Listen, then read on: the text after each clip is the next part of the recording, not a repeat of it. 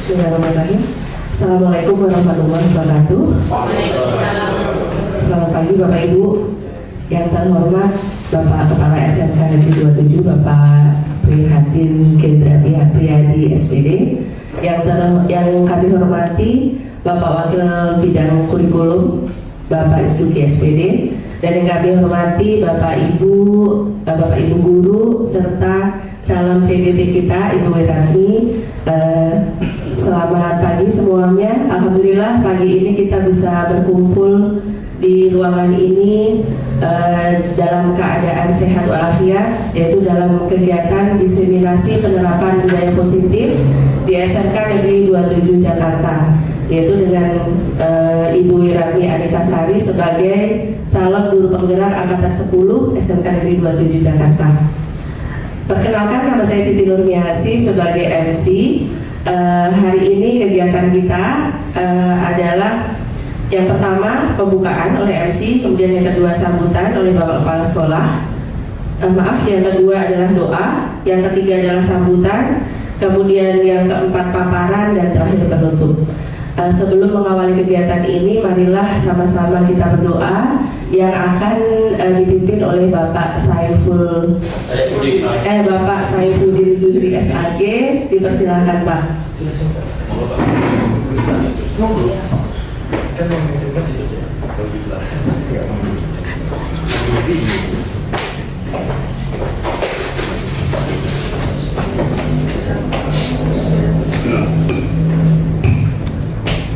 Bismillahirrahmanirrahim. Assalamualaikum warahmatullahi wabarakatuh.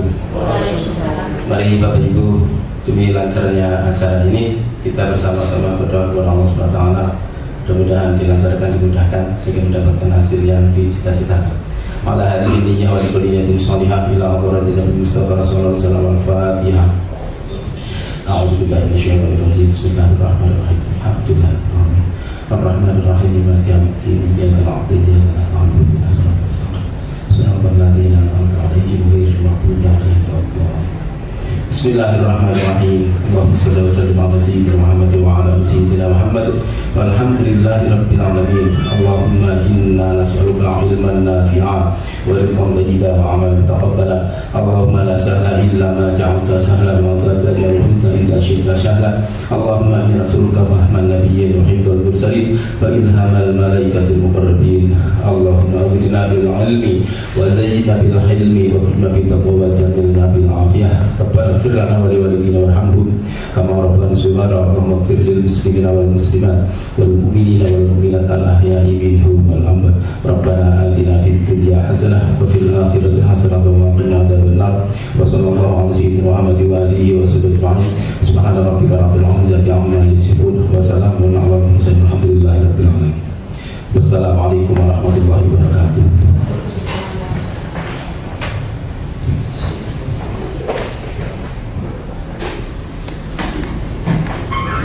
Amin, amin ya rabbal alamin. Terima kasih Pak Saifuddin sudah memimpin doa. Semoga kegiatan pada pagi hari ini berjalan dengan lancar tanpa halangan suatu apapun.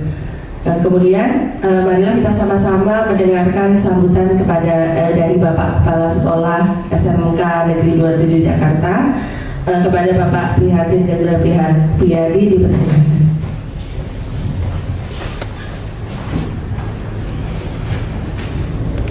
Thank you for Ms. Rumi. Yang saya hormati Pak I selaku Wakil Kepala Sekolah Bidang Kurikulum, Bapak Ibu Guru, dan spesial kali ini untuk Bu Bira yang akan mendesimasikan tentang best practice untuk penerapan budaya positif di sekolah kita. Nah, budaya positif apa saja yang akan dipaparkan oleh Bu Bira dan dampak apa yang akan terjadi dengan penerapan budaya itu? Tentu pertama sebelum kita mengikuti, berikan aplaus dulu kepada Bu Bira.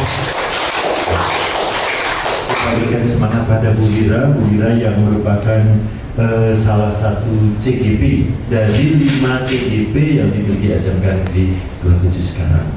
Nah, dengan nanti kegiatan kita dukung, kita support supaya kegiatan Bu Wira bisa lancar, Bu Wira ya, dan menyelesaikan tugasnya sebagai calon guru penggerak menjadi guru penggerak. Nah, dengan nanti angkatannya Bu Wira 5 orang menjadi guru penggerak semua, SMK 27 sudah mempunyai 8 guru penggerak. Nah, bergerak, tergerak, bergerak, menggerakkan. Jadi dari 8 ini yang sudah tergerak, setelah itu saya berharap dari 8 bergerak untuk menggerakkan SMK Negeri 27. Gitu ya, Bu Wira. Kemudian untuk Bapak Ibu semuanya, ini adalah suatu praktek baik. Praktek baik ini atau kalau bahasa Jawanya itu disebut best practice, gitu ya, bahasa Jawanya itu best practice. Nah, untuk membuat best practice ini kadang-kadang sesuatu itu sudah kita lakukan setiap hari, tapi kita tidak merasa, gitu. Nah, dengan adanya Bu Wira mengangkat penerapan budaya positif, kita berharap bisa mengintrospeksi kembali. Oh, berarti kalau saya setiap melakukan ini berarti sudah termasuk penerapan budaya positif ya. Bapak Ibu bisa tulis ini menjadi sebuah karya seperti ini yang menjadi best practice Bapak Ibu. Gitu ya. Jadi kadang-kadang kita melakukan sesuatu yang itu budaya positif tapi kita tidak merasa. Gitu. Nah, dengan mengikuti diseminasi ini bukan hanya untuk mensupport kegiatan Bu Wira, tetapi juga memberikan manfaat pada Bapak Ibu semuanya. Manfaatnya apa? Nanti sekolah akan mengeluarkan sertifikat, ya, sertifikat untuk Bapak Ibu yang ikut mengikuti kegiatan diseminasi ini. Sehingga kegiatan ini akan memberikan manfaat buat Bapak Ibu untuk bisa masuk di dalam PMM. Sertifikatnya kan nanti akan diakui di dalam PMM, itu ya Pak Yuki ya. Sehingga tidak hanya mendukung bagi Bu Wira selaku yang memberikan diseminasinya, tapi memberikan manfaat untuk Bapak Ibu juga. Saya berharap semua guru nanti bisa ikut di dalam kegiatan-kegiatan ini, sehingga semuanya bisa terfasilitasi di dalam PMM-nya. Itu nanti kalau udah masuk semua, tinggal saya klik selesai, Bapak Ibu nanti menjadi 100% Bapak Ibu, sehingga nanti untuk kinerjanya tinggal sudah selesai, tinggal ngeprint saja. Kalau udah 100%, cuma Bapak Ibu saya ingatkan jangan lupa dokumen-dokumennya diupload. Ya, dokumen-dokumennya diupload, Bapak Ibu udah dokumennya 100%, nilai perilaku udah saya 100% kan, kinerja ini jalan dimi-dimi, ya, jalan dimi-dimi. Nanti saya minta bantuan tangan-tangan saya yang kesekian sehingga Bapak Ibu biar cepat selesai. Memang ada kendala, yaitu untuk sertifikat pelatihan. Nah, kegiatan ini bisa memfasilitasi Bapak Ibu dengan mengikuti kegiatan ini nanti bisa keluar sertifikat sehingga bisa diupload di sana. Tentu nilainya berbeda-beda. Bapak Ibu kemarin berapa jam itunya, nah ini dinilai berapa jam. Sehingga nanti semua Bapak Ibu guru atau Bapak Ibu bisa mengikuti kegiatan lainnya. Mungkin itu Bu Wira, selamat melaksanakan tugas. Bapak Ibu mohon kegiatan itu diikuti dengan sebaik-baiknya. Dari awal berjumlah sekian pesertanya sampai terakhir nanti berjumlah gitu. Namun izin Bu Wira, saya tidak bisa mendampingi. Saya akan memulai mengklik supaya Bapak Ibu juga PMM-nya bisa berjalan. Gitu ya. Selamat bertugas Bu Wira, Bu Nur. Ya, saya masih agak-agak. Kalau Bu Siti saya agak familiar, tapi Bu Nurmi, ingatnya Bu Murni biasanya itu. Ini dibalik jadi Bu Nurmi. Kalau Bu Suci, nah udah mulai agak familiar. Ya, terima kasih Bapak Ibu. semuanya, saya ucapkan selamat mengikuti diseminasi. Mudah-mudahan kegiatan ini lancar dan Tuhan akan memberikan ridho dan berkat untuk kita semua. Atas perhatian dan kerjasama dari Bapak Ibu, saya ucapkan terima kasih dan selamat siang Bapak Ibu semuanya.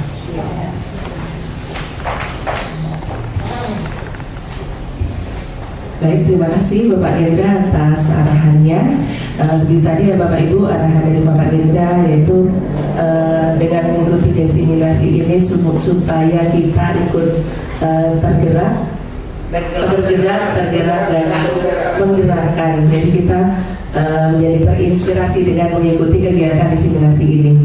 Baik Bapak Ibu, marilah kita lanjutkan kegiatan pagi ini, yaitu kegiatan inti, yaitu berupa paparan diseminasi budaya positif calon guru penggerak angkatan 10 kepada Ibu Wiratni Anitasari SPD. Dipersilakan. Baik Bapak Ibu semuanya, bismillahirrahmanirrahim. Assalamualaikum warahmatullahi wabarakatuh. Waalaikumsalam warahmatullahi wabarakatuh. Alhamdulillahirabbil alamin.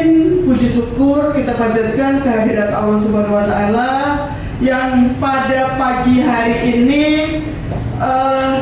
dengan begitu banyak nikmat kesehatan dan nikmat-nikmat lain yang mungkin tidak bisa kita sebutkan satu persatu pada pagi hari ini. Luar biasa, saya ucapkan terima kasih Bapak Ibu semuanya bisa hadir di ruangan ini untuk mengikuti diseminasi tentang budaya positif di SMK Negeri 27 Jakarta. Apa kabarnya Bapak Ibu semuanya? Luar biasa.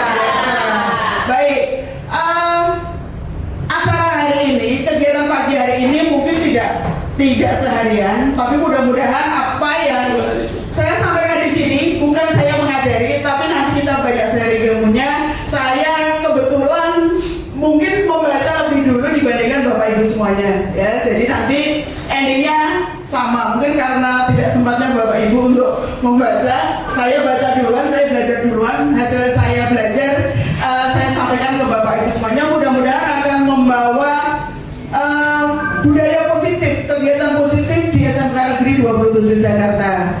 Kalau saya bilang, saya sampaikan selamat pagi, kita punya semangat pagi terus ya. Jadi tidak ada waktu siang, tidak ada waktu sore, karena pagi itu biasanya semangatnya luar biasa ya. Pagi itu, jadi kita tidak pernah ada capeknya kalau kita bicara pagi gitu ya. Baik, selamat pagi. Pagi. Jadi nggak ada malamnya Bu lagi ya. Ada dong. Oke, baik. Tentang budaya positif. Jadi sebenarnya di SMK Negeri 27 Jakarta ini sebenarnya kita semuanya itu sudah menerapkan. Cuma dulu kita nggak pernah tahu ini masuk budaya positif gitu ya. Jadi setelah belajar, sebenarnya di kurikulum Merdeka apa yang saya terima pada saat materi guru penggerak itu juga apa yang aktivitas yang sudah kita lakukan untuk sehari-hari gitu ya. Cuma tidak terekam, kita tidak pernah mencatat, bahkan kita tidak ingat karena guru-guru di SMK 27 apalagi itu benar-benar multitasking ya. Pada saat ada permasalahan, saat itu juga langsung diselesaikan tanpa ada skenario gitu ya. Saat itu juga. Jadi guru-guru di sini itu sudah secara alami, secara natural itu sebenarnya sudah melaksanakan kegiatan budaya positif. Kemudian selama pengalaman di SMK 27 Jakarta juga kita, kalau pengalaman saya belajar ini itu akhirnya lebih banyak introspeksi diri gitu ya. Jadi memang namanya manusia perjalanan. Mungkin saya yang seangkatan Bu Nunu, Bu Wage, dari zaman masih unyu-unyu, dibilang unyu ya, dari zaman masih single dengan semangat yang mungkin yang semangatnya masih banyak emosi.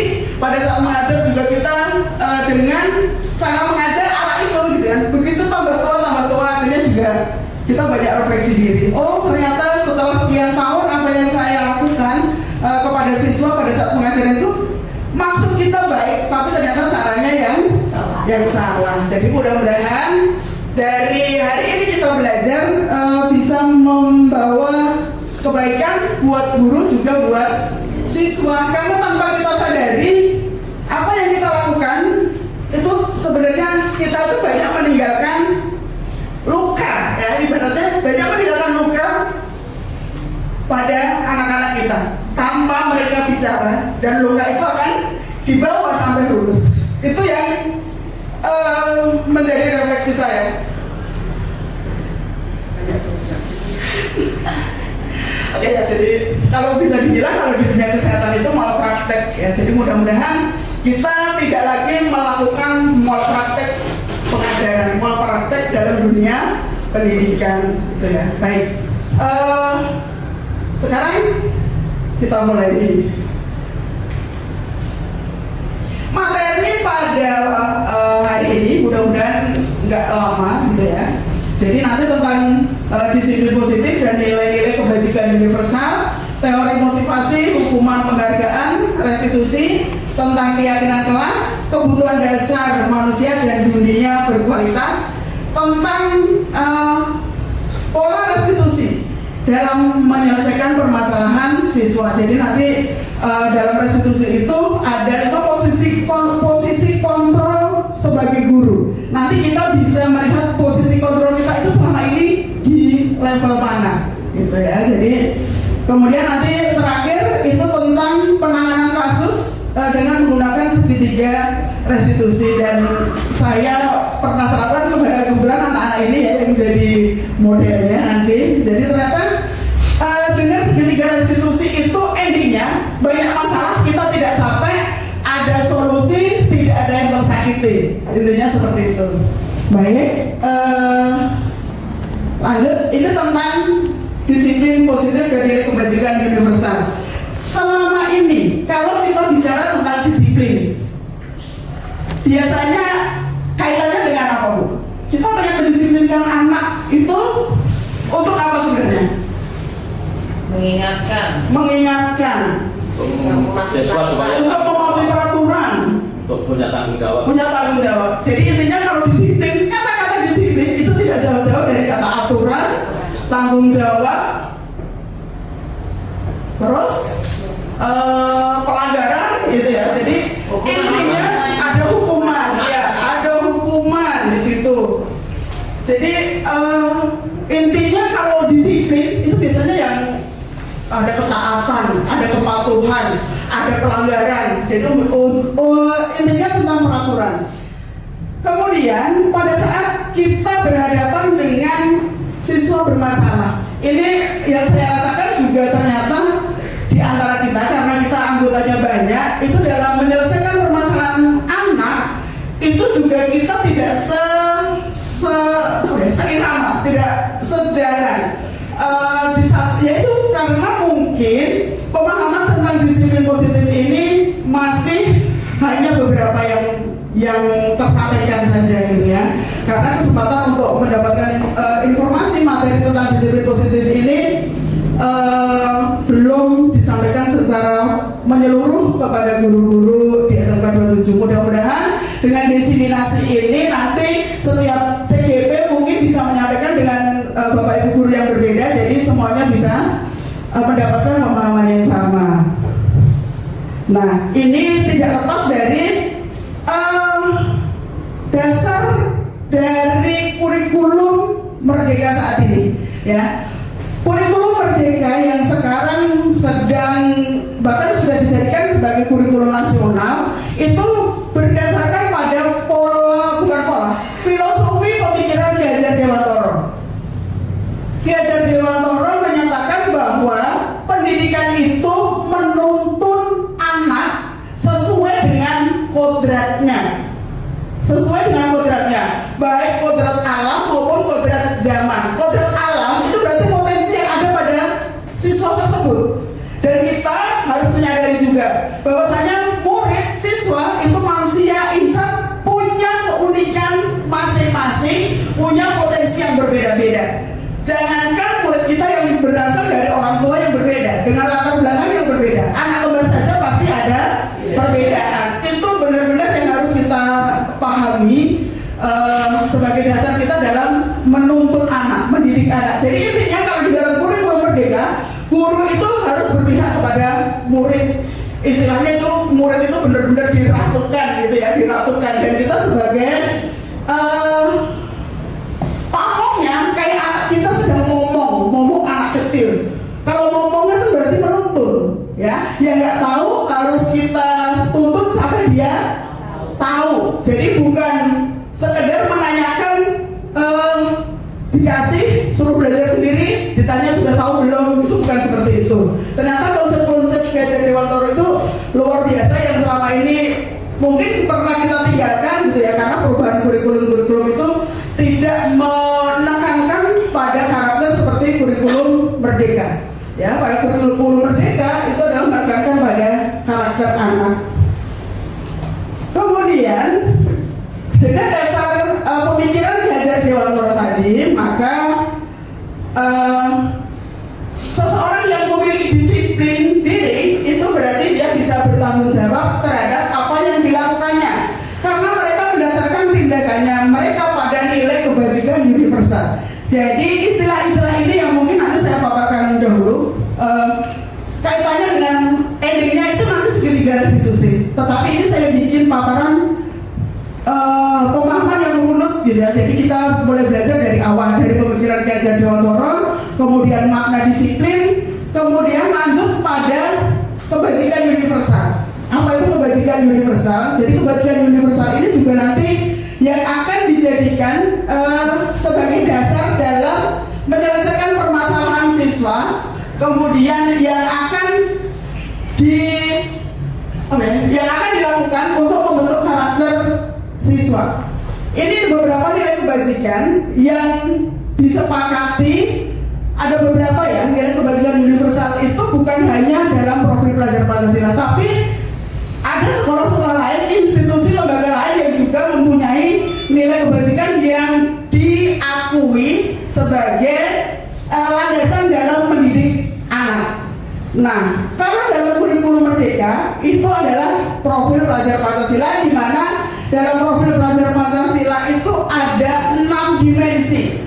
Bapak Ibu pasti juga sudah hafal kalau ini ya. Jadi ada beriman, bertakwa kepada Tuhan Yang Maha Esa dan berakhlak mulia, kemudian mandiri, bernalar kritis, berkebinekaan global, bergotong royong dan kreatif. Jadi ini adalah dasar kita dalam mendidik siswa. Dia punya karakter yang mempunyai 6 dimensi ini.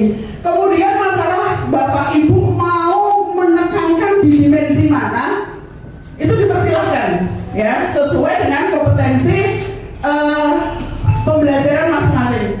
Bahkan kemarin itu kalau saya mungkin lebih banyak mengajar produktif, jadi saya lebih memfokuskan pada dimensi kemandirian. Jadi silakan nanti mungkin yang Bapak Ibu guru yang mengajar agama mungkin bisa difokuskan pada dimensi yang pertama, beriman, bertakwa. Jadi nanti mungkin Bapak Ibu juga pernah kemarin diundang teman-teman CGP dalam prakarsa perubahan ya. Jadi itu diharapkan juga nanti, kemarin contohnya kan para CGP itu membuat prakarsa perubahan dalam rangka membentuk karakter mana nih yang mau ditekankan kepada siswa. Boleh di antara ke-6 dimensi itu silahkan nanti. Saya mau menekankan mungkin pada bernalar kritis, mungkin yang guru-guru eksak itu mungkin bernalar kritisnya yang akan dikembangkan. Kemudian guru-guru seni budaya mungkin berkebinekaan global, mengangkat budaya. Jadi itu dipersilahkan kepada guru-guru. Kemudian ini juga bukan berarti siswa yang kita ajak itu punya ending yang sama ya. Jadi ini adalah pilihan. Anak itu cenderung kemana? Ya, anak itu cenderung kemana?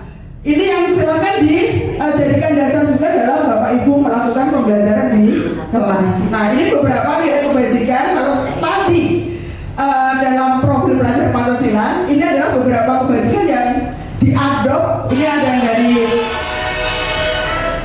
dari PYP, itu ada toleransi, rasa hormat, integritas, mandiri, menghargai, antusias, empati, keingintahuan. Bapak Ibu juga boleh membuat nilai kebajikan sendiri, keyakinan sendiri, apa yang akan ditularkan, apa yang akan diterapkan kepada siswa. Kemudian petunjuk seumur hidup, ini juga dia punya nilai kebajikan yang diyakini.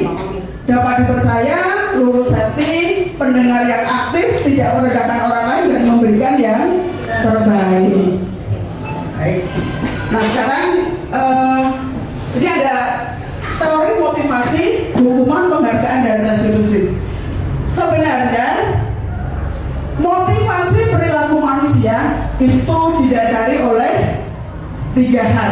Bahkan kesalahan-kesalahan yang dilakukan oleh anak-anak kita itu pasti ada motivasi di belakangnya. Jadi ini sebagai salah satu dasar kita pada saat kita menghadapi anak yang membuat ulah.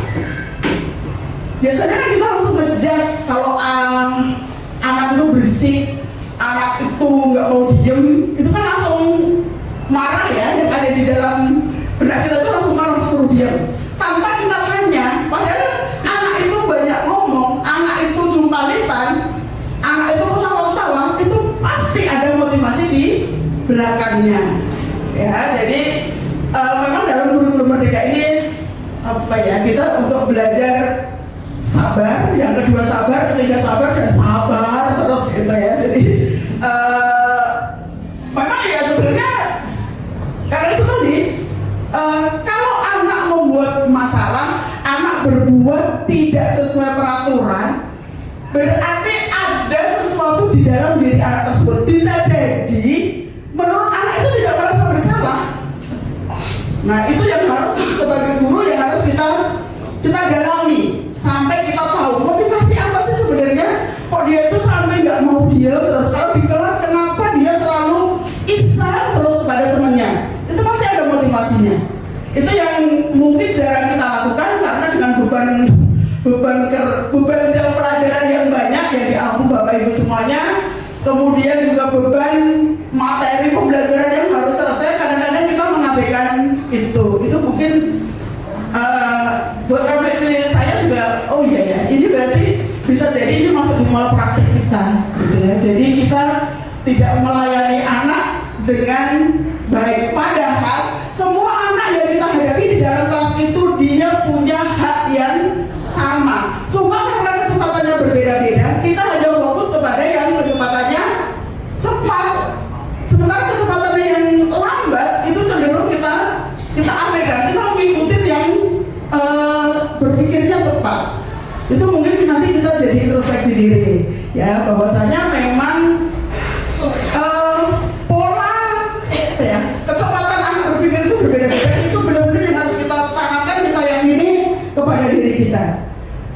Contoh, motivasi perilaku manusia yang dilakukan hanya untuk menghindari ketidaknyamanan atau hukuman. Jadi selama ini kalau anak kita salah, kemudian kita langsung ngasih hukuman, besok anak itu tidak melakukan lagi. Berarti motivasinya hanya hukuman. Tapi di dalam hati anak itu bisa jadi dia ada kesel, ada benci, ada dendam. Karena dia melakukan peraturan itu bukan atas kesadarannya sendiri, karena keterpaksaan. Biar dia nyaman, biar gak dimarahin, biar gak dihukum, biar gak disuruh nyapu, suruh keliling lapangan. Nah, motivasinya hanya itu. Oke, jadi motivasi menghindari ketidaknyamanan atau hukuman ini adalah level terendah, ya, level terendah kesadaran anak untuk melakukan suatu perbuatan, ya, hanya karena takut, hanya karena dia tidak dihukum. Itu level terendah. Jadi motivasi ini sifatnya eksternal. Tetapi pada saat dia ada kesempatan, ada ketemu dengan guru yang jarang memberikan hukuman, dia akan melakukan hal yang sama. Bisa jadi itu di luar sekolah dia akan melakukan hal yang sama karena tidak ada hukuman. Ya, jadi ini level terendah, anak mengikuti aturan. Yang kedua, untuk mendapatkan imbalan atau penghargaan dari orang lain. Mungkin ini beberapa kita lakukan ya. Yang nilainya bagus nanti dapat coklat. Yang kalau dapat nilai di atas KKM nanti ada hadiah, gitu ya. Ini ternyata efektif sebenarnya. Efektif juga, beberapa yang melakukan penelitian efektif, tetapi tidak berlangsung lama karena dia harapannya hanya pada imbalan. Pada saat tidak ada imbalan, dia akan kembali lagi melakukan perbuatan yang sama. Ini dikhawatirkan kalau berbeda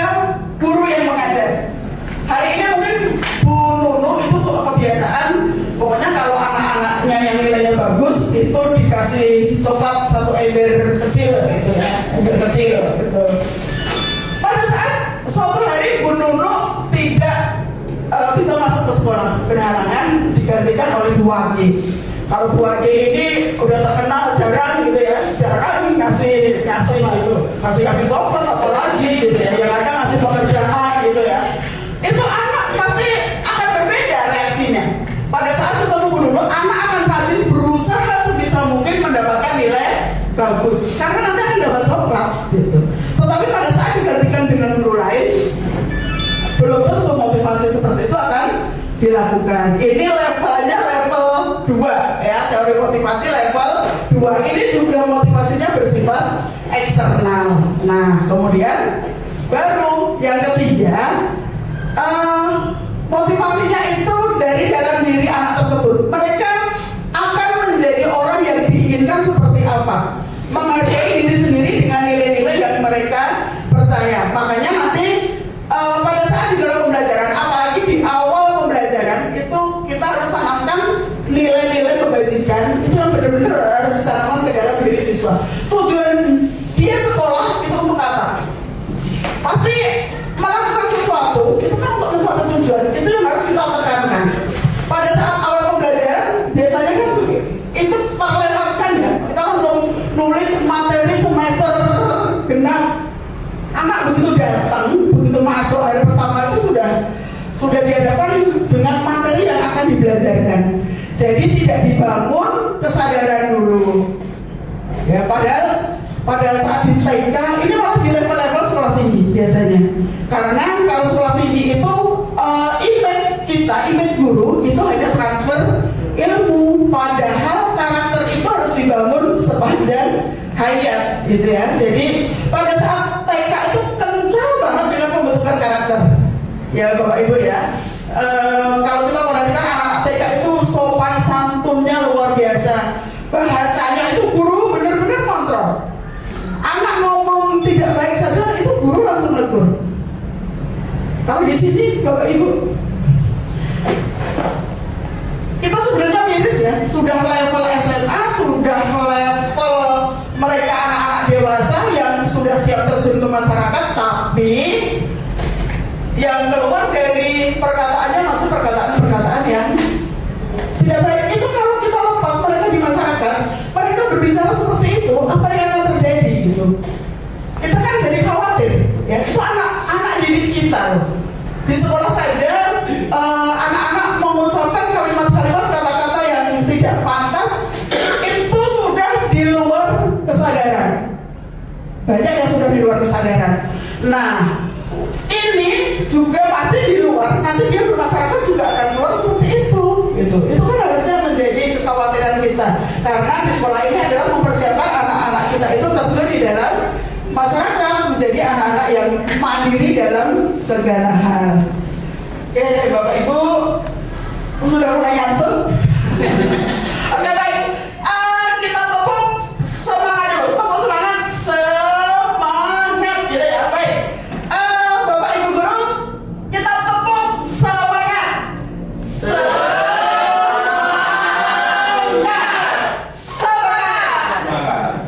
Saya, kita ulang lagi. Oke, berdiri. Karena kalau joget saya nggak bisa joget. Jadi pakai semua nanti kalau yang joget-joget. Oke baik teman-teman, untuk menghilangi rasa penat kita, karena itu juga tantangan ya, sama. Karena kalau tidak bergerak itu memang ngantuk. Betul, makanya harus bergerak. Oke baik Bapak Ibu, kita tepuk semangat.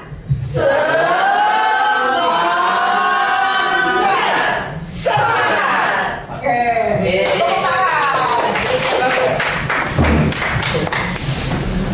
Oke, nanti ada sesi sharing-sharing biar nggak ngantuk. Ini sudah teori motivasi perilaku manusia. Jadi didasarkan pada 3 hal. Level terendah karena menghindari hukuman, level kedua karena hadiah atau hukuman. Jadi hadiah ini ternyata juga masuk sebagai hukuman. Ya, jadi nanti kita mulai ini ya, mulai merefleksi diri, gitu ya. Jadi ternyata tidak efektif, ya. Dengan kita menekankan guru itu efeknya juga tidak bagus ya. Itu malah yang paling parah hukuman itu rasa sakit hati yang berkepanjangan. Anak bisa muncul dendam. Kalau dia tidak bisa melampiaskan, itu akan dibawa, akan dilampiaskan ke orang lain. Kalau dia tidak berani ke orang lain, bisa jadi ke anaknya nanti. Itu efeknya ternyata luar biasa. Jadi tanpa sengaja kita tuh malah menanamkan karakter-karakter perbuatan. Nah, munculnya bisa jadi munculnya kejahatan kriminal di kalangan pelajar. Itu dianalisis banyak perasaan dendam, perasaan sakit hati yang selama ini dia terima tidak terlampiaskan. Ya, jadi mudah-mudahan itu tidak terjadi di sini. Baik. Oke, ini tentang motivasi sudah. Mungkin bisa merefleksi kelas anak-anak yang kita ajar selama ini. Ya, jadi ternyata kalau kita terlalu disiplin, terlalu keras, nggak ada kita ngajar nggak ada senyum sama sekali gitu ya. Itu anak juga rasa ketakutan itu juga ternyata tidak memberikan efek yang lama gitu ya. Anak nurut ya pada saat itu. Boro-boro ibu nanti pada saat kita mungkin dengan muka tegang, nggak pernah senyum, anak nurut di depan kita. Kita keluar di balik itu anak kayak apa? Malah katanya malah gurunya gitu. Nah itu yang harus kita perhatikan. Ini nanti ada testimoni anak-anak gitu. Anak-anak biasanya seperti itu gitu ya. Oke. Nah sekarang yang kedua ini tentang hukuman dan penghargaan. Ini contoh kasus Ibu Anas. Tolong Bu Tabita dibacakan. Hukuman dan penghargaan. Bacalah kasus Ibu Anas di bawah ini dan cobalah jawab pertanyaan-pertanyaan yang diberikan. Iva kurang menguasai pelajaran matematika, sehingga pada saat pelajaran tersebut berlangsung, dia lebih banyak berdiam diri atau menggambar di buku pelajarannya.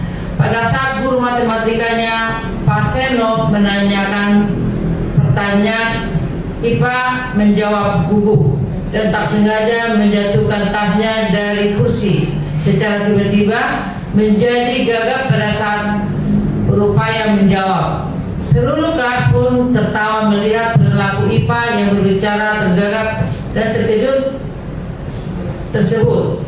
Pak Seno pada saat itu membiarkan teman-teman Iva menertawakan Iva yang tergagap dan malu luar biasa, dan malahan minta Iva untuk maju ke depan dan berdiri di depan kelas sambil menunjuk hidungnya karena tidak bisa menjawab pertanyaan Pak Seno.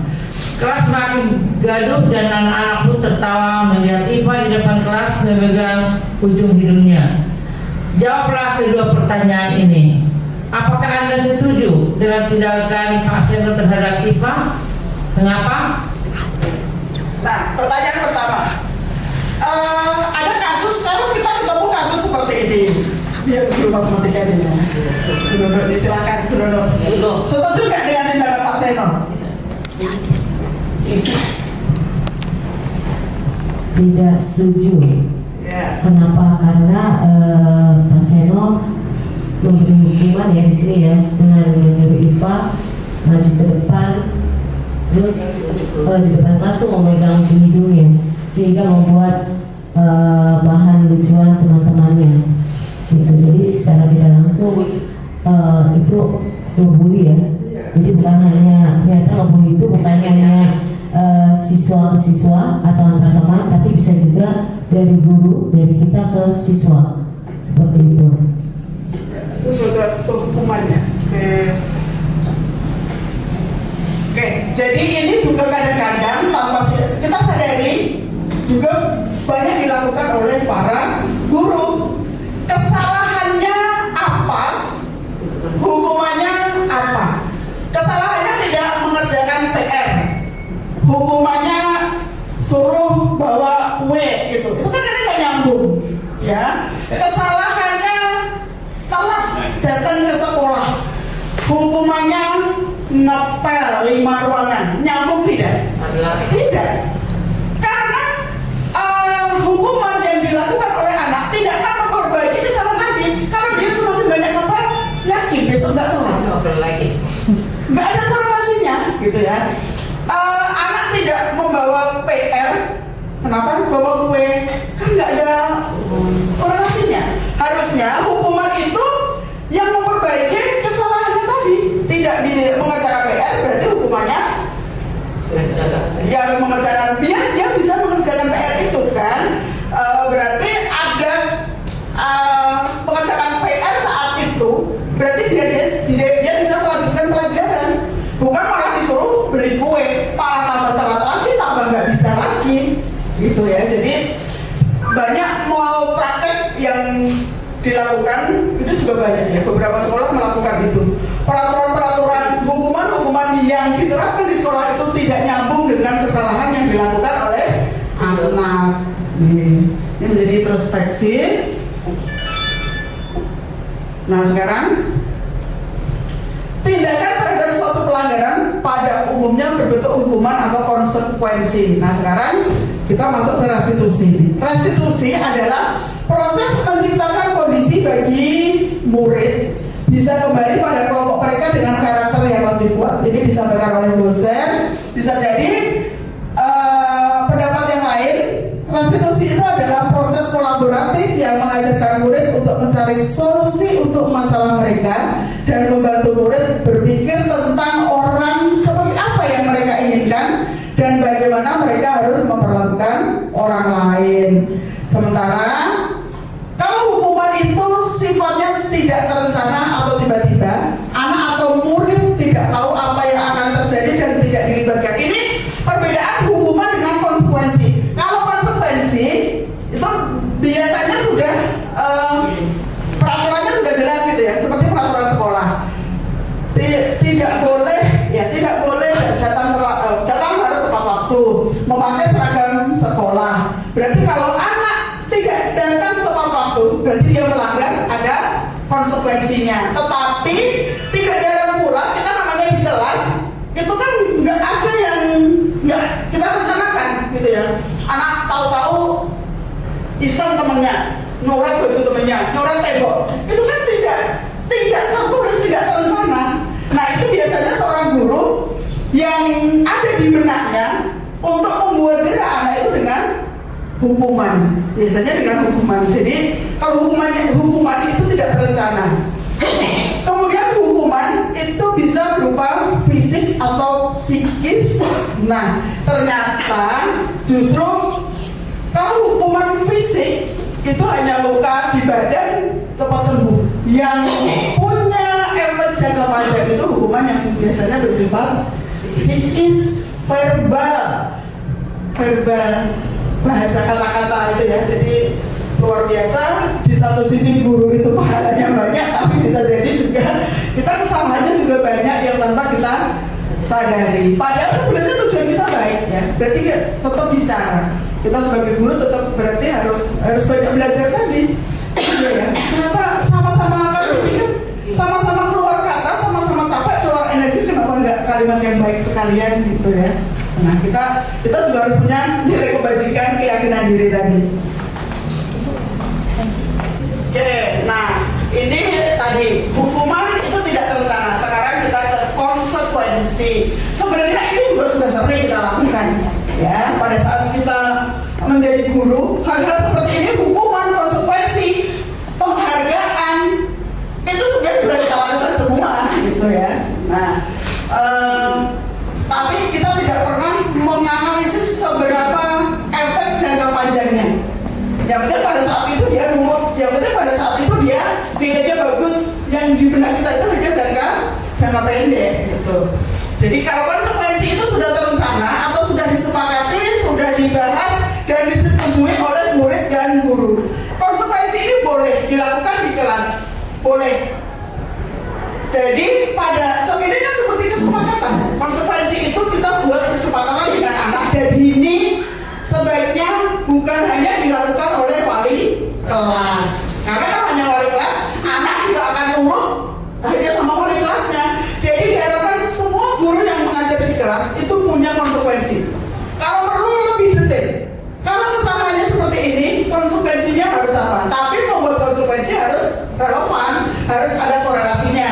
Seperti tadi konsekuensi kalau dia lupa membawa PR, berarti dia harus mengerjakan PR sampai selesai, atau tambah jam pelajaran setelah pulang dia harus mengerjakan. Itu kan ada korelasinya. Masalah si anak selesai. Jadi konsekuensi itu harus menyelesaikan permasalahan yang dihadapi oleh anak. Kalau dia disuruh bersih kamar mandi, PR-nya nggak selesai, dia membersihkan kamar mandi, waktunya habis, dia capek, dia marah, akhirnya masalah akan bertambah. Ya, jadi disiplin positif itu sebenarnya membantu guru untuk menyelesaikan permasalahan yang dihadapi oleh siswa. Nih ya, jadi kalau konsekuensi itu sudah ada persetujuan, ada kesepakatan antara guru dan murid. Jadi konsekuensi itu juga dibuat tidak nyaman, ya sebenarnya tidak nyaman. Seperti kalau hukuman kan mendadak, tapi kalau konsekuensi itu anak sebenarnya juga sudah tahu. Padahal kesalahan itu bisa jadi juga karena tidak disengaja. Jadi ini sebenarnya efeknya juga tidak dalam jangka panjang ya. Ini juga masih bersifat eksternal. Guru sifatnya hanya sebagai pemantau, monitor. Nah sekarang mulai ke pendekatan restitusi, nanti bisa praktek kita, ya. Restitusi pendekatannya adalah pada saat murid berbuat salah, guru menanggapi, mengajak murid berefleksi tentang apa yang dapat mereka lakukan untuk memperbaiki kesalahan mereka sehingga mereka menjadi pribadi yang lebih baik dan menghargai dirinya.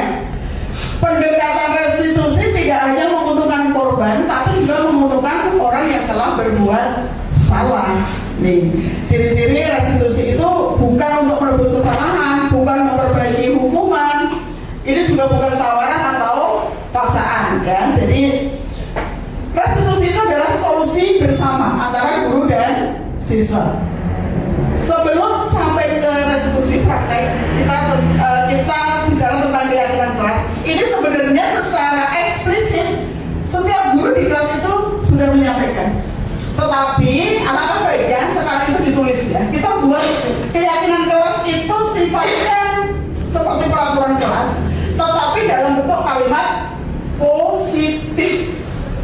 Karena dari analisis pakar itu disampaikan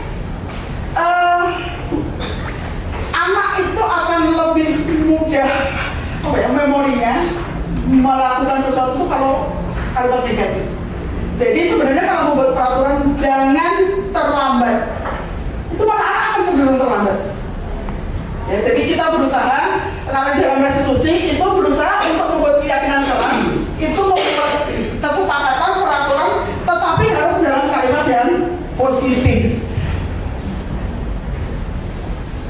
Jadi ini nilai kebajikannya. Keyakinan itu isinya nilai kebajikan yang disepakati, tersirat, tersurat, lepas dari latar belakang, suku, agama, bahasa, itu dari ras ya. Nih tahapan kita buat keyakinan kelas. Kita lihat daftar kebajikan yang disusun bersama. Kelas ini nilai kebajikan yang diyakini apa sih? Mungkin menghormati, saling menghormati, saling menjaga kebersihan, bertanggung jawab. Itu harus kita sepakati. Di kelas ini itu maunya apa? Itu. Nah, baru nanti kita curah pendapat, ya kita curah pendapat ke siswa. Dari kalimat disiplin, yang masuk disiplin itu apa? Berarti datang tepat waktu, itu kalimat positif ya, datang tepat waktu. Kemudian kalau yang dengan nilai kebersihan tidak semua siswa bisa dengan kalimatnya, semua siswa di kelas ini menginginkan kenyamanan di dalam kelas. Itu akan lebih enak dibaca daripada dilarang coret-coret di tembok. Itu kesannya ya kita masuk dalam suatu pekarangan, di situ sudah ada tulisan dilarang menginjak rumput, itu kesannya apa gitu ya, kayaknya negatif gitu ya. Jadi usahakan kita buat dalam bentuk poster itu dalam bentuk kalimat yang positif. Jadi kalau dipraktekkan waktunya itu. Nah, Jadi keyakinan itu bersifat abstrak. Nanti, oke.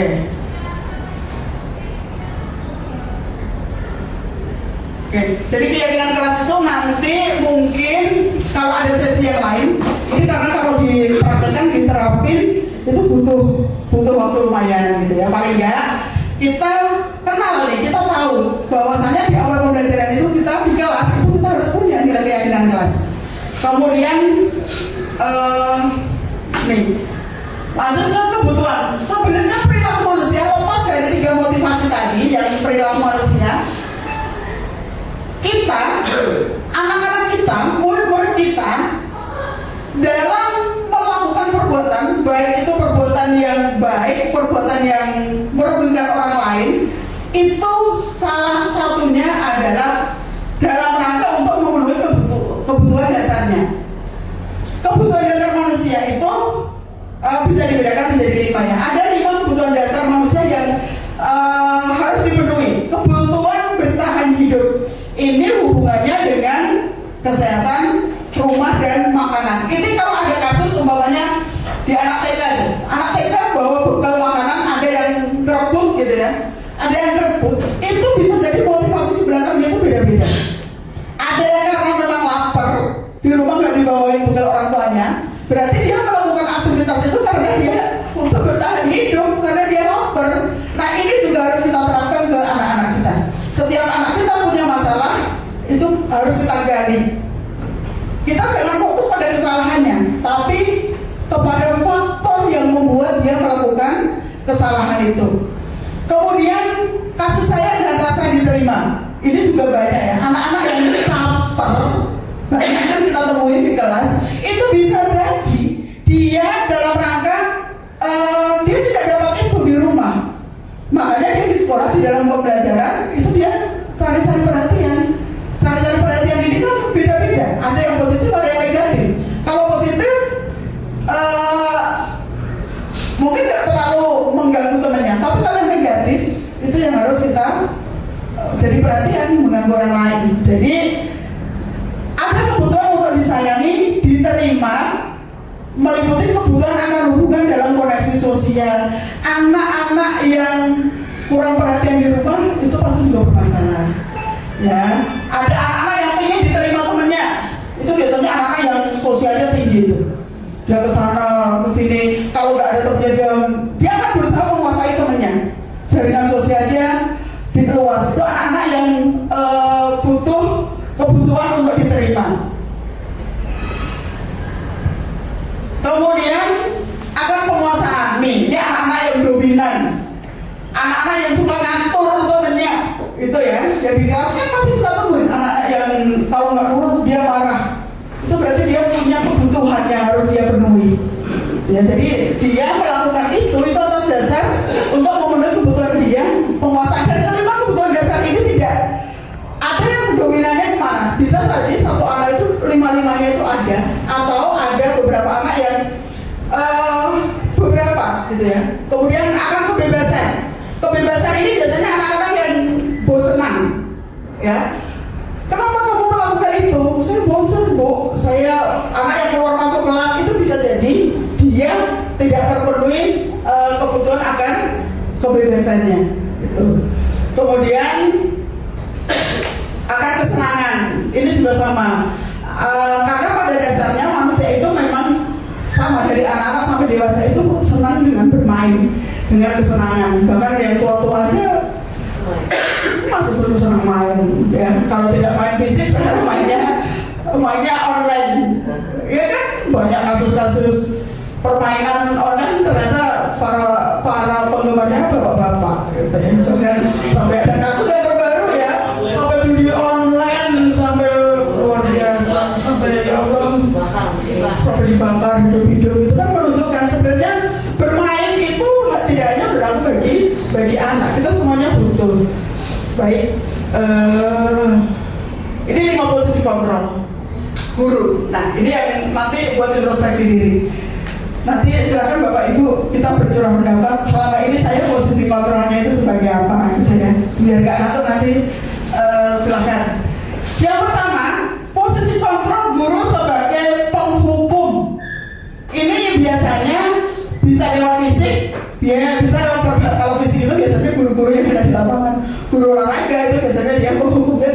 bisa lari keliling lapangan 5 kali gitu kan. Tetapi kalau guru-guru yang di kelas itu biasanya dengan verbal. Ini yang tidak sengaja mungkin terucap dari kita.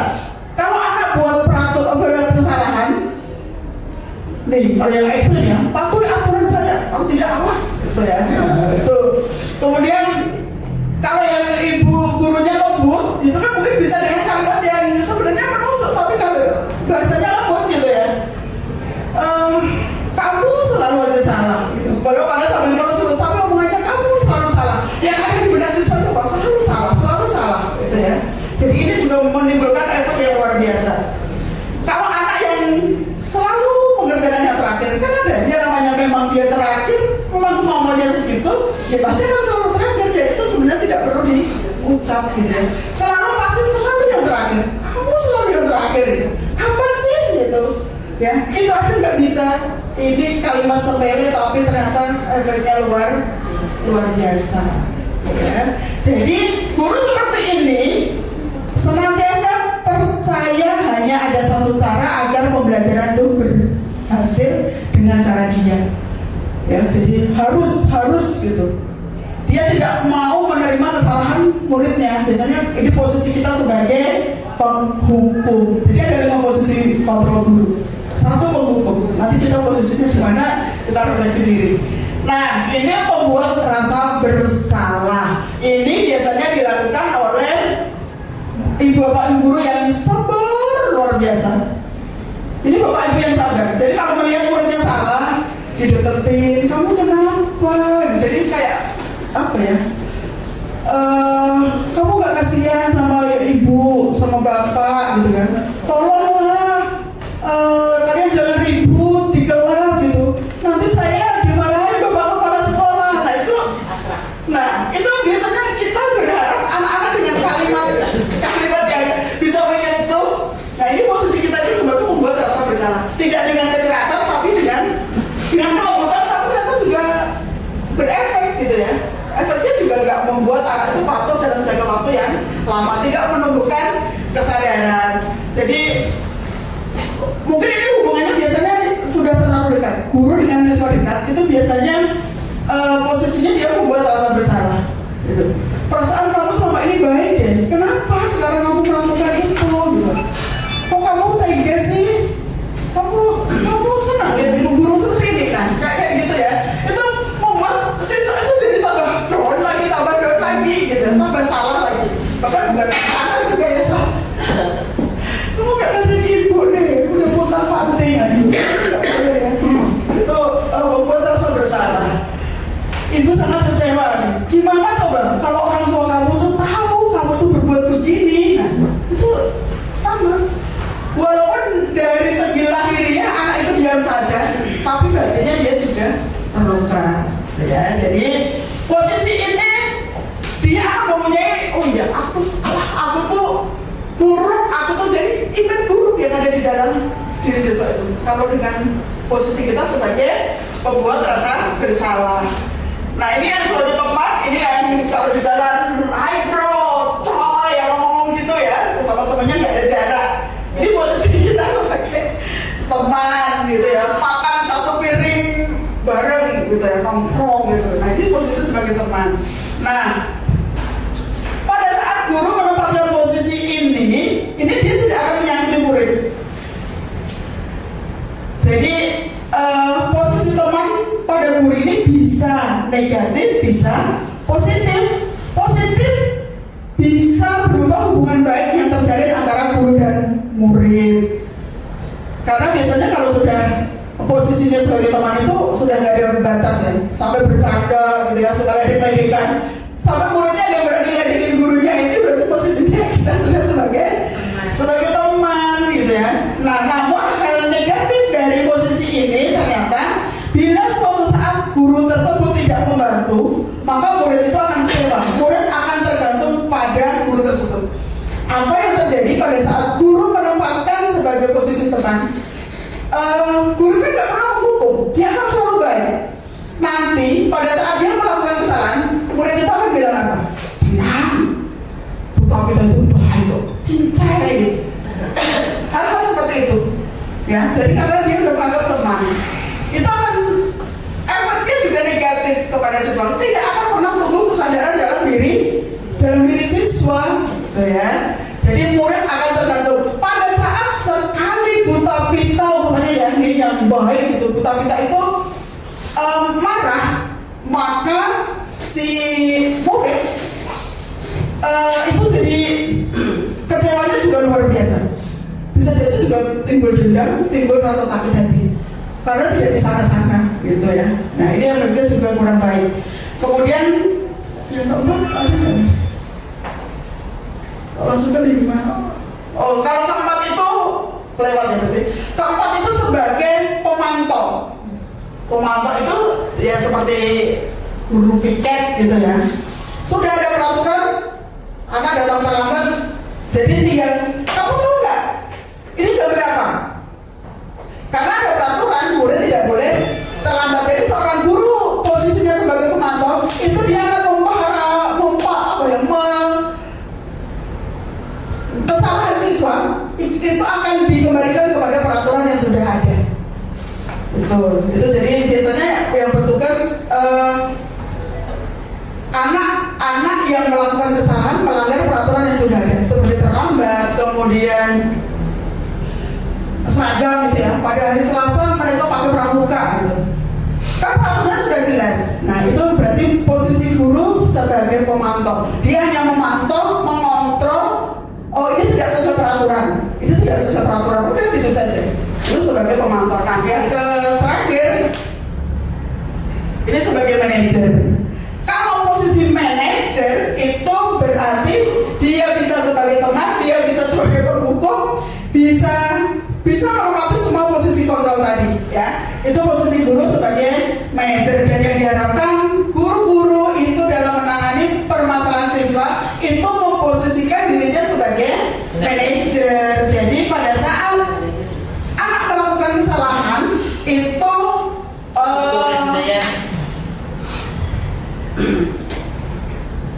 bukan langsung dihakimi, tapi diajak bicara.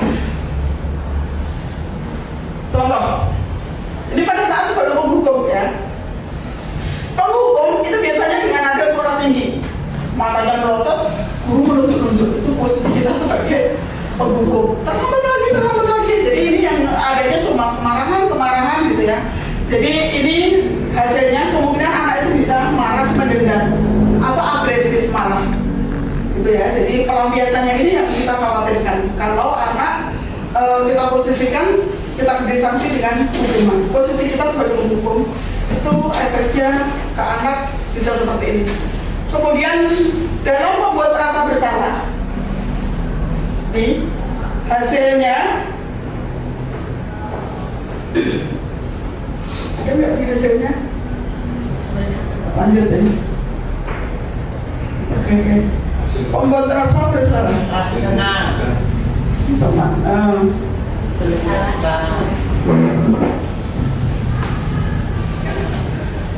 Ini ya, berbahaya nih. Kadang-kala sikap ini lebih berbahaya. Efeknya ya, kalau guru posisinya sebagai pembuat rasa bersalah. Jadi sikap ini kadang lebih berbahaya daripada sikap penghukum, karena emosinya akan tertanam rapat di dalam murid yang menahan perasaan. Jadi gurunya itu tidak teriak-teriak, tapi dalam gitu ya, ngomongnya dalam. Ibu sih ngomongnya halus. Anak kan sebagai otak gitu ya, ibu sih ngomongnya halus, tapi dalam gitu ya. Kalau anak sekarang kena mental gitu, ngomongnya kena mental gitu ya. Jadi murid akan tertekan ya, dan kondisi ini tiba-tiba bisa meletus amarahnya dan bisa menyakiti dirinya sendiri atau orang lain. Nah pada saat berikutnya posisi sebagai teman ini juga hasil yang efeknya itu murid merasa senang dan akrab dengan guru. Ini termasuk dampak positif. Tetapi dari segi negatifnya dia menjadi tergantung pada guru tersebut. Bila ada masalah dia tenang gitu ya, dia bisa mengandalkan guru tersebut gitu ya, untuk dimintai pertolongan. Akibatnya dia akan melakukan sesuatu bila yang menyuruh itu guru tersebut. Ini juga efeknya kasihan guru tersebut tidak mengajar. Jadi anak itu hanya pilih pada guru itu, dia mengikuti. Kalau ada guru yang suka itu posisinya sebagai teman, nanti dia digantikan oleh guru yang lain, itu akan kacau. Anak tidak akan nurut. Gitu. Apalagi yang menggantikan punya pola mengajar yang 180 derajat, itu anak pasti kacau di kelasnya. Kemudian ini sebagai pemantau tadi dia hanya memahami konsekuensi, ini salah tidak sesuai peraturan, gitu ya. Nih, ini juga kurang efektif. Tetapi posisi penghukum, kemudian sebagai teman membuat rasa bersalah, pemantau maupun manajer itu sebenarnya boleh kita lakukan dengan melihat kondisi. Ya, kan kadang anak-anak tidak bisa kita terapkan sebagai dengan pemantau. Dia harus diberi hukuman. Tapi ya itu tadi, kalau memberi hukuman berarti harus ada korelasinya. Hukuman yang bisa memperbaiki kesalahannya tadi. Oke, ini sebagai manajer. Dalam posisi sebagai manajer, nih guru, suara guru itu tulus ya. Tidak perlu marah, tidak perlu meninggikan suara, apalagi menunjuk-nunjuk.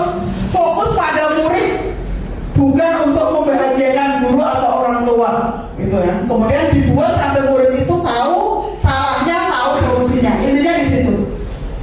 Dalam segitiga, nah ini untuk ini dulu. Saat ini posisi kita, Bapak Ibu ada di mana? Manajer. Manajer, alhamdulillah luar biasa. Pak Said bisa berbagi selama ini memposisikan di Anak itu membuat satu pertanyaan aja.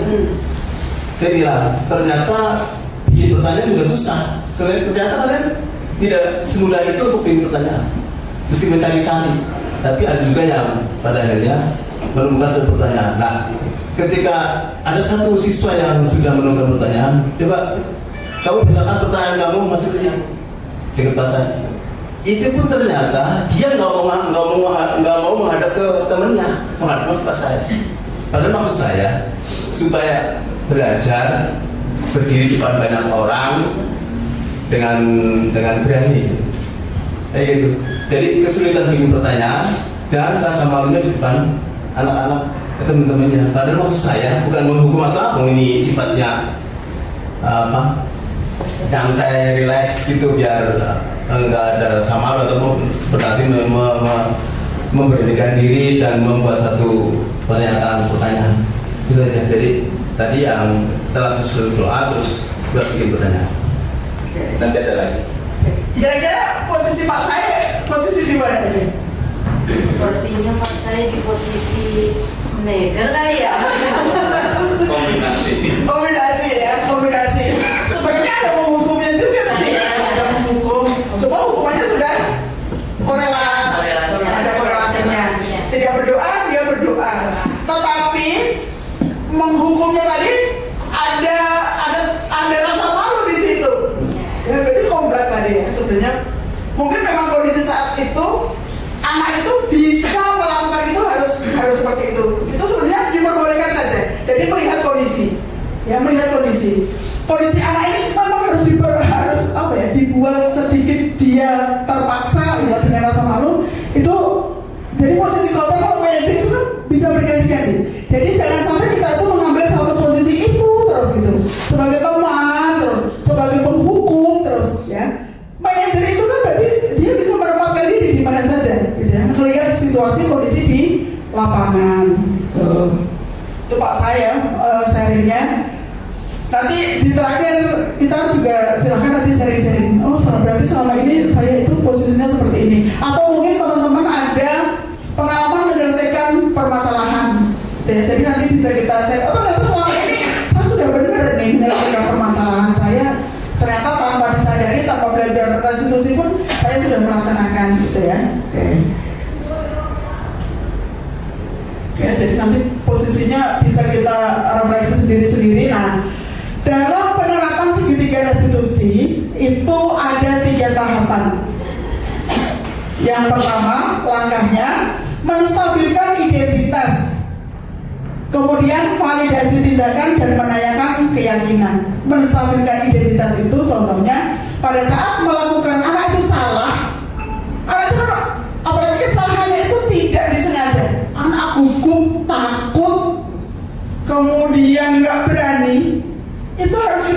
stabilkan. Langkah pertama guru harus menstabilkan identitas. Jangan malah dibentak, dia akan tambah takut. Dia tambahkan tambah down, tambah shock. Jadi pada saat anak berbuat kesalahan, langkah pertama itu distabilkan. Jadi melakukan hal yang terbaik. Contohnya pada saat kalau kemarin dipraktekin anak-anak ini, pada saat anak kemarin nggak bawa baju praktek gitu ya, berarti kita tanya dulu, tahu nggak kenapa nggak pakai baju praktek gitu kan? Nggak tahu bu, saya lupa gitu. Oke. Semua orang itu bisa saja lupa, namanya manusia. Itu dengan kalimat seperti itu aja, anak itu tidak merasa bersalah. Jadi pada saat anak melakukan kesalahan, kita tidak boleh menambah anak itu jadi shock, jadi down, tambah rasa bersalahnya ditumbuhkan. Ya, harus kita stabilkan dulu biar anak itu tenang. Kemudian validasi tindakan yang salah. Baru setelah anak itu tenang, tidak merasa takut untuk berbicara, baru kita jelaskan. Tahu nggak kalau seperti ini itu tidak boleh, seperti itu kurang baik, atau kenapa kamu melakukan ini? Berarti kan akan muncul alasannya dia melakukan tindakan itu, kita gali. Ini validasi tindakan yang salah. Kalau anak sudah tahu kesalahannya, baru kita tanyakan solusinya seperti apa. Solusi itu bukan gurunya yang mencarikan. Ya, dalam segitiga institusi, solusi itu muncul dari anak yang melakukan kesalahan. Dia harus punya solusi. Berani berbuat salah harus bertanggung jawab. Jangan kita yang memilihkan solusinya harus seperti ini. Menggiring boleh, menuntut boleh. Ya, kayak ini. Iya, betul. Tadi sharing-sharing ya. Kita sharing aja di kelas nanti setelah sesi ini. Saya putarkan contoh. Waalaikumsalam. Masuk lagi. Ini saya tadi bahasa tadi kan itu bisa nggak sengaja pas istirahat kayak gimana pada waktu Dengar sesuatu yang berbeda. bisa dulu jadi mau nggak iya tapi ada lobe Bukan di Bisma tadi bisa baik pas istirahat saya tahunya Bisma di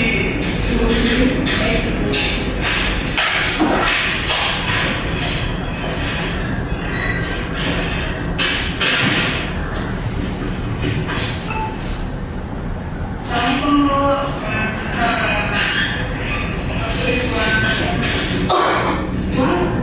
Tadi ibu lihat polanya Marina udah selesai. Bisa tahu nggak tadi kenapa? Tahu nggak kira-kira tadi? Oh iya Bu, tadi saya makan kelas, terus saya makan kelas, terus saya nggak sengaja ke sana sama pakai kursi, kok nggak ada pola ya? Jadi Bisma ya tadi yang mulai. Bisma tahu? Kamu nggak dipakai kelas? Tahu aturan di kelas ini ya? Beberapa kali Nggak boleh makan di kelas ya? Nah, sekarang polanya udah bisa nih, jadi nggak bisa praktek. Kira-kira besok punya pendapat, punya usulan nggak? Biar Maira polanya bisa dipraktek hari ini, biar kembali lagi. tadi saya pakai kelas itu sama Maira, terus tadi saya juga polanya nanti baru pola-polanya. Nanti bisa bantu ya, sama dari polanya, karena polanya susah nggak bisa dipraktek lagi. Terus biar tidak terulang lagi gimana? Saya nggak tahu di kelas tadi. Nggak pernah di kelas ya, ingat peraturan kelas ya. Oke, sekarang ini Bu Budi kembali lagi ya. Bantu tadi seperti disebutkan, karena mau beli kertas polanya, dari kertas polanya sama buat polanya lagi bantu. Oke, silakan kembali ya.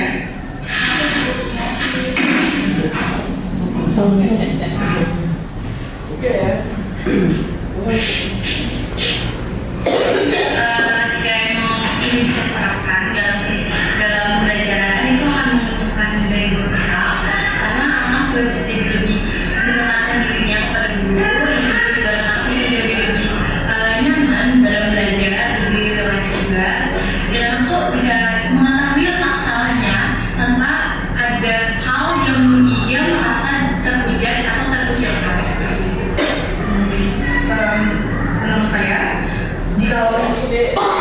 sama. Nah, sekarang sesi sharing-sharing aja. Oke, baik Bapak Ibu, seperti tadi di video itu adalah apa ya, sebenarnya sepele. Kita tiap hari pasti namanya ketemu dengan anak, belajar, anak melakukan kesalahan, dan kita harus menyadari itu kita juga bukan manusia sempurna. Jadi kalau anak sekali, 2 kali, 3 kali melakukan kesalahan pun kita juga ya tetap bisa menstabilkan tadi. Bahkan nggak ada yang bisa menjamin orang itu tidak bisa berbuat salah, gitu ya. Jadi prosesnya ini yang harus kita hargai. Karena latar belakang anak, kemarin saya sempat ngobrol ke Buta Bita, kalau misalnya gimana? Kita harus tahu modal. Kalau saya di Palembang itu pernah, modal kita menyikapi orang itu modal dasarnya itu pasti beda-beda. Pada saat kita buat KKN itu kan ada latar belakangnya. Latar belakangnya itu anak kita itu kan beda-beda. Ada yang modalnya kalau diangkatkan, ada modalnya sudah 5, ada yang sudah 9, ada yang sudah 7, bahkan ada yang -5, -1, -2, ada yang 0. Itu harus kita petakan. Jangan dengan siswa berbagai modal berbeda-beda kita mengharapkan hasilnya 10. Kalau yang modalnya sudah 7, 8 untuk mencapai angka 10 mudah. Tetapi kalau kita mengharapkan hasil 10 dari anak yang modalnya 0 bahkan minus, ini kan sangat susah. Dan itu yang tidak diperbolehkan kita mengeneralkan siswa dalam pembelajaran, ya. Nanti ini lanjutannya, nanti mungkin ada desiminasi lagi lanjutannya dengan pembelajaran berdiferensiasi. Ya, setelah kita bangun budaya positif, ternyata kita juga harus banyak tahu pembelajaran itu kita tidak boleh menyamaratakan di dalam kelas karena anak itu semuanya beda, ya. Nanti bisa kita klasifikasikan. Mungkin nanti di sesi-sesi berikutnya nanti ada teman-teman yang akan membahas itu. Jadi luar biasa ternyata. Ini sekedar sharing. Jadi kalau guru penggerak selama ini itu sebenarnya saya juga agak nggak enak gitu ya. Kesannya kalau untuk CGP kan mau jadi ini jadi itu. Ternyata setelah masuk itu saya terpengerangan itu banyak introspeksi diri intinya. Mudah-mudahan yang bisa memotivasi saya untuk berubah ke arah yang lebih baik. Mudah-mudahan masih punya kesempatan gitu ya di akhir-akhir nanti saya menjelang pensiun, saya tidak menerapkan pola yang selama ini ternyata itu menyakitkan anak, ternyata itu merugikan anak. Jangan sampai kita pergi jadi guru ternyata kita juga di satu sisi meninggalkan luka yang menganga di banyak anak gitu ya. Baik, untuk mengisi waktu mungkin sekitar 5 menitan, silakan Bapak Ibu yang mau sharing. Mungkin pernah menangani siswa atau ketemu seperti ini. Oh, ternyata saya sudah loh menerapkan seperti ini. Silakan. Ya, jadi kejadiannya tahun lalu. Jadi kemungkinan kalau anak ini masih sekolah, sekarang mulai kelas 3 gitu. Jadi di awal anak di kelas 10 memang sudah bikin masalah. Di awal masuk aja dia sudah berantem dengan teman sekelasnya sampai jemput-jemputan gitu. Kemudian pakaiannya juga pengen beda dari yang lain, rambutnya juga sudah berwarna-warni gitu. Nah, kejadiannya ketika saya tidak ada di kelas, ada tugas luar, saya kasih tugas, saya kasih PPT, kemudian saya minta tolong dirangkum seperti itu. Nah, seminggu kan 2 kali, pertemuan berikutnya saya tanya teman-teman kumpulin semua. Dia tuh pintar, jadi mungkin ada berapa slide, terus dia hanya lengkapnya kan jauh banget gitu, pintar dia. Terus saya buka, dia bukan cuma punya, bukan hanya dilihat, akhirnya saya buka semua. Saya bilang, ini kenapa dong, nggak begini. Lah, saya kan hafal, ini kan PPT saya hafal isinya. Kemudian dengan berbohong-bohong itu akhirnya didasarkan, kamu tulis lagi. Dia balik lagi, ternyata nggak dikerjain gitu. Terus saya bilang ini, terus dia ketawa-ketawa. Terus saya bilang ini, kamu kok salah tapi ketawa-ketawa, jangan-jangan gitu. Karena kan dia suka bercanda ke saya suka kalau saya pakai ungu aja dia bilang, ih ibu ungu kayak janda gitu. Terus saya gini, kamu ketawa-ketawa mulu, jangan-jangan kamu make nih, yuk kita tes urin gitu. Terus dia marah. Terus ternyata dia kan suka dijemput ibunya pulangnya. Nah, itu ibunya, ibu ibunya main iya aja, besoknya datang ke sekolah. Kita dibawalah ke BK. Di BK ibunya dengan menggebu-gebu, kasarnya dia suka banget gini-gini. Terus kita dengarkan saja, kemudian dipaparkanlah kesalahan dia. Begitu dia bisa tanya, ibu tahu masalahnya apa? Ibu tahu anak ibu telah berbuat apa? Saya tanya kayak gitu, ibunya diam aja. Terus akhirnya oleh BK dikasih tahu banyak kesalahan dia selama ini. Terus saya secara pribadi kalau kata-kata saya salah, saya minta maaf. Itu yang saya terapkan. Jadi setiap kalau kita sudah melakukan hukuman, kita berusaha untuk mengucapkan kata maaf, gitu. Oke, kalau kata-kata saya tidak berkenan di kamu, saya minta maaf. Memang tidak ketahui anak sekarang tuh mentalnya mental tempe banget, gitu. Kalau zaman dulu kita dijemput kita diem aja, gitu kan. Terus saya minta maaf kalau kata-kata saya bikin kamu sakit hati, gitu. Dia diem aja. Terus saya colek ibunya udah gak marah nih.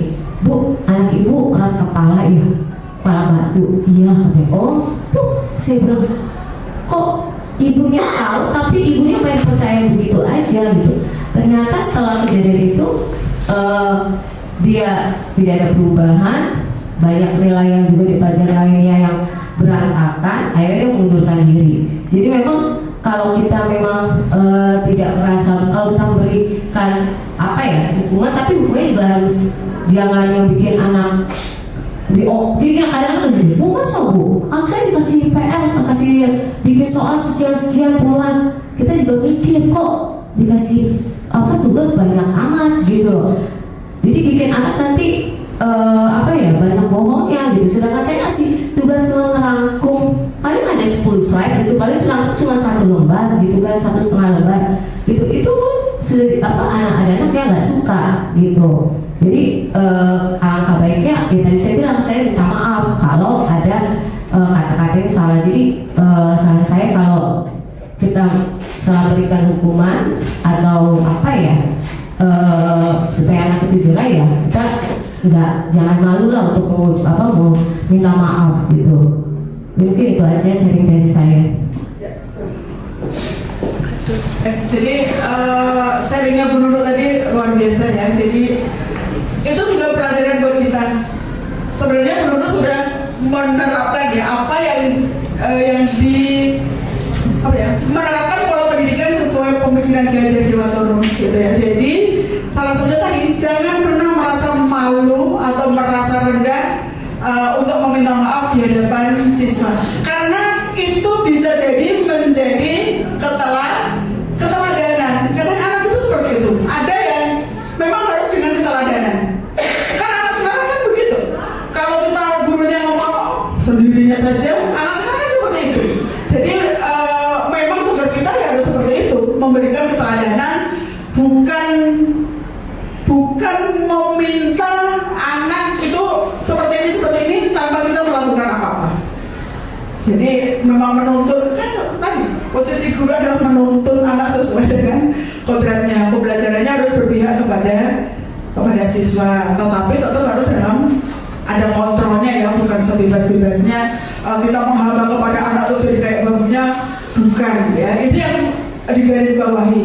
Karena pendidikan kurikulum merdeka itu kan pendidikan yang menghambat kepada murid, gitu ya, menghambat kepada murid, tetapi menghambanya itu tetap dalam ada koridor, ada rambu-rambu yang membatasi. Jadi bukan menghambanya sebebas-bebasnya. Silakan, ada teman satu lagi yang mau sharing. Pak Bambang. Bismillahirrahmanirrahim. Ya, kalau kita ini ya refleksi guru-guru zaman dulu ya, zaman kita sekolah dulu, kalau sekarang lebih baik ya. Artinya itu penerapan pembelajaran bisa kombinasi tadi ya, sebagai manajer dan lain-lainnya. Kalau kita dulu zaman sekolah, ada guru menerangkan, murid main bangku, panggil itu anak itu ya, langsung ke depan untuk ngerjain, tonjok. Itu ceritanya itu zaman saya dulu ya. Kalau nggak gitu, anak nggak bisa, gurunya bawa ya, apa itu bambu, banyak, ketukin itu anak itu. zaman saya SD itu ya. Kalau sekarang guru-guru sekarang lebih persuasif. Ya kalau lihatnya sudah baik lah ya, sudah ini gitu. Seperti kasus saya aja ya, di kelas ada anak sering nggak masuk ini berdoa, sakit, apa. Nah, kita komunikasi dengan orang tua. Akhirnya kita bekerja sama dengan BK. Itu nanti kalau nggak kita tindak lanjut masalah di bapak ibu guru yang ngajar yang lain-lain, kenapa yang lain? Kita komunikasi dengan orang tua, dengan BK. Ternyata anak ini sering nggak masuk, ketiduran karena korban drama Korea. Jadi bapak ibunya itu kalau lewat kamarnya mungkin pakai buku gini ya. Begitu bapaknya nggak ada, lalu jadi lihat drama Korea itu, ya. Terus kita komunikasi, kita panggil, dan anaknya ngaku itu, ya. Ternyata lihat itu, gitu ya. Terus kita kembalikan ke anaknya sendiri, gimana ini? Dari komplain dari bapak ibu yang lain-lain, kamu harus bisa memperbaiki ini. Ya akhirnya dia sadar. Makanya kita ini ya, ternyata ke anak ya, nggak langsung polis pun salah. Harus gitu ya. Jadi kita kalau guru-guru sekarang saya kira lebih bagus ya. Dibanding zaman kita dulu lah. Hebat gitu ya. Jewer, bubuk, ya kan strap, suruh pegang telinga. Nah sekarang lebih besar. Akhirnya gimana? Kasus itu akhirnya baik, orang tuanya tahu kondisinya, oh seperti itu ternyata. Ya akhirnya anaknya jadi rajin, jadi bisa mengikuti pelajaran-pelajaran yang lain dengan baik. Ya itu tadi persuasi, komunikasi dengan orang tua, kita sendiri, ya toh. Terus ada komplain dengan bapak ibu yang lain. Akhirnya terjalin ini ya, jalannya KBR bisa normal kembali ke anak juga. Jadi lebih bermotivasi. Itu saya Mas. Terima kasih Pak Bambang. Benar ya, berarti guru-guru saat ini itu sudah menerapkan ya itu tadi pembelajaran, kita menuntun anak sesuai dengan kodrat alam dan kodrat zaman.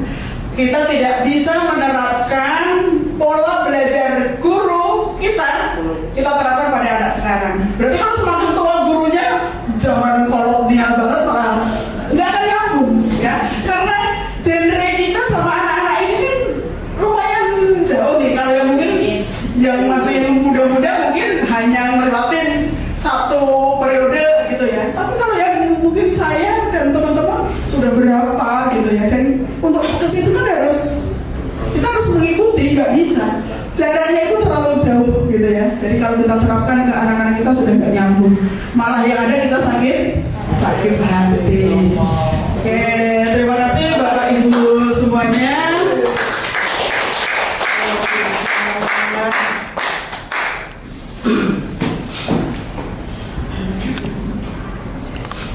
Oke, mungkin demikian yang bisa saya sampaikan. Terima kasih partisipasi teman-teman semuanya, Bapak Ibu semuanya. Mudah-mudahan apa yang kita diskusikan, yang saya berbagi praktik gitu ya, kalau dibilang berbagi praktik hari ini bisa memberikan pembelajaran kita di kelas lebih baik lagi. Dan yang bisa tadi yang lupa saya sampaikan, ternyata dalam pembelajaran di anak itu tetap harus melibatkan kerjasama sinergi antara guru, sekolah, dan orang tua. Kita mau membelajarkan anak dengan sekuat tenaga, dengan berbagai macam metode yang paling bagus pun, kalau tidak ada dukungan dari orang tua, tidak ada kerjasama dari orang tua, juga tidak akan mencapai hasil maksimal. Dan ini mungkin yang menjadi refleksi kita, tetap harus melibatkan itu. Jadi nggak bisa kita anak kalau hanya melibatkan sekolah, akhirnya banyak kan yang anak itu baiknya nurutnya hanya di sekolah, sementara di rumah tidak nurut gitu ya. Jadi kadang pada saat kita bagi rapat banyak yang orang seperti itu, kalau di sekolah nurut, kalau di sekolah enggak. Ini kan berarti kurang sinergi di antara ketiganya. Dan itu mudah-mudahan refleksi kita mengambil apa yang sudah baik ya. Setiap apa yang kita lakukan itu harus kita refleksi terus, sudah baik apa dan apa yang harus diperbaiki itu harus selalu ada dalam benak kita, karena tugas kita di sini adalah sebagai pelayan siswa untuk mencapai tujuannya, mencapai kebahagiaan hidupnya. Itu mudah-mudahan nanti menjadi amal jariah Bapak Ibu semuanya. Baik, sekian yang bisa saya sampaikan. Saya tutup. Wabillahi taufiq wal hidayah. Wassalamualaikum warahmatullahi wabarakatuh.